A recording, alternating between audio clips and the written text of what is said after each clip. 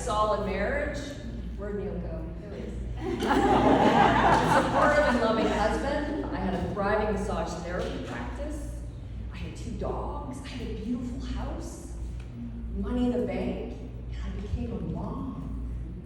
I finally became a mom after 6 years, 4 miscarriages, 2 failed birth mother matches, and the ride on what you know as, if you're an adoptive parent, the adoptive roller coaster. I don't know. But tell me, why was I sitting on the deck by myself, completely stress overloaded, sobbing uncontrollably? I was depressed. I was overwhelmed. I was anxious. There were some mornings I was waking up thinking, would it just be easier if I wasn't here? My friends, those are suicidal thoughts. I was so stress overloaded. But the worst part of all that was I felt so alone.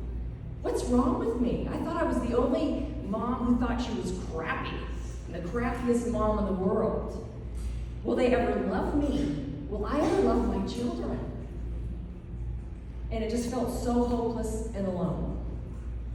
So a few days after that, I ran into our new next door neighbor, who's a biological mom of 3 children. Her oldest son is on the autism spectrum. And we just connected, and we started talking. And at one point I looked at her and I'm like, oh my God, me too! Like what was coming out of her mouth was the frustration and the rawness and the feelings I was feeling. It wasn't all unicorns and butterflies. And I started to feel like not so alone. Well, a few days later, I was in my massage therapy office and just sharing kind of my frustrations, as a new mom and all that with a massage colleague. And she looked at me and she said, well, isn't that what you wanted? Not the response I was looking for. Life lesson number 1, share your story, talk, find your tribe and support. But as Brene Brown says, not everybody deserves to hear your story. Okay, back on the stressed out deck. I call Neil. God love you, Neil. He comes home right away. I go see the doctor. Love our doctor. We both patients of him. And he was not surprised to see me. I think he was probably surprised that I wasn't there before the 6-month mark. And he listened, and he was empathetic, and he gave me a prescription for antidepressants. I needed chemical help. I needed a bridge. But it was what he said next to me, the question he asked me that has changed the complete trajectory of my life. He said, Rita, what changes are you going to make? Now, I have to be really honest, I wasn't sure if I said this out loud or in my head. What changes? Didn't you just give me a prescription for the magic pill? I mean, life's good, right? So all kidding aside, I went home and I thought about it.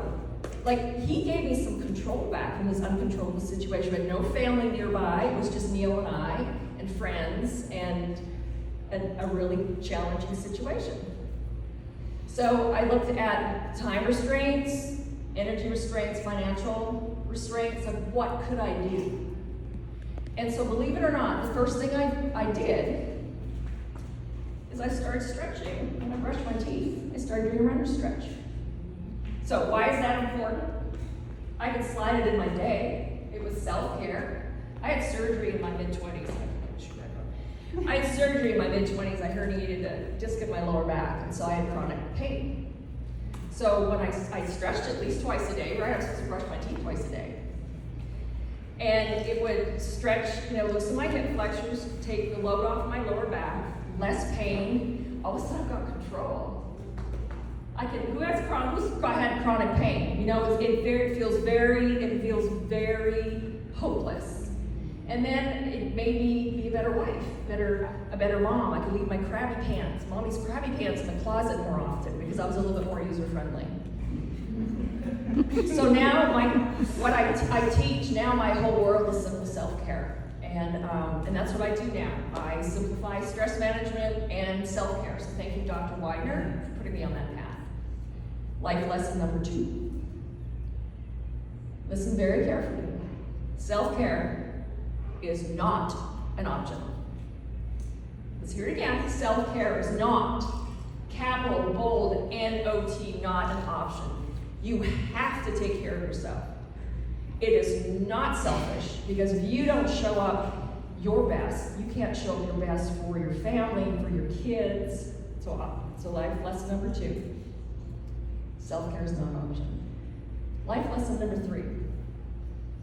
Hard reality, really harsh reality.